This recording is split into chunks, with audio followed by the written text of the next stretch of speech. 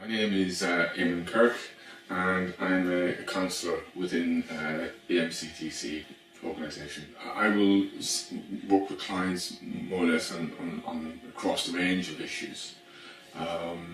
So yeah, I think it's accurate to say that at this point in my career, I would be more general in my approach. By training, I'm a person-centred therapist, which means sort of that my work would be very much focused, would be sort of client-centred and the needs of the client, and working with the hopes and aspirations of what the client wants to achieve or needs to achieve. We always had an ambition from the outset to develop a really relevant library, relevant to therapists, relevant to the issues that our clients were dealing with, as a resource, as a support for anybody who came to MCTC, be it therapist or be a client. About 2 years ago, we received a significant donation of books from a chap called Mike. The bulk of the library today is really based on his donation. As a resource for the centre, I think it's accurate to say that it's quite a significant library in the area of counselling, therapy, and even psychology. The library covers a vast range of modalities and therapies that therapists will be working with.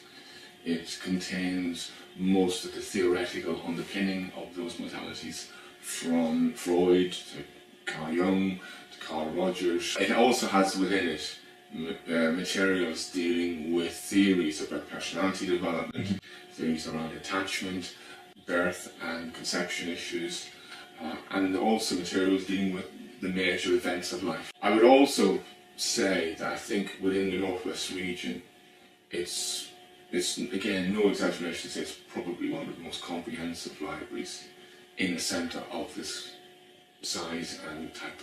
A really interesting part of the work I do is working with people who are committed to their own personal awareness and developing themselves in terms of who they want to be.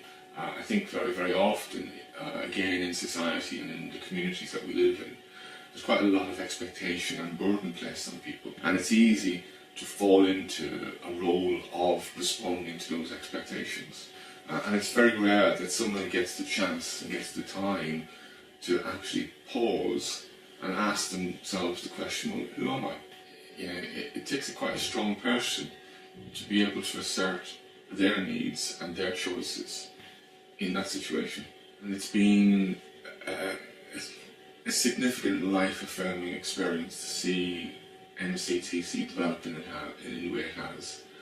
When MCTC was originally set up, it was set up with a number of basic values that Angela, as director, wanted to imbue the centre with. And really those values were based around the idea of valuing the individual, being open to accepting the individual as they come.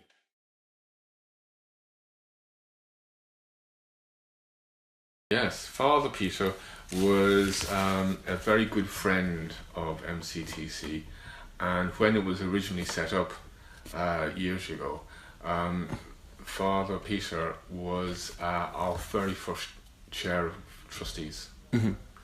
And he was very supportive and very encouraging, and he was just a really good guy to know. Mm-hmm.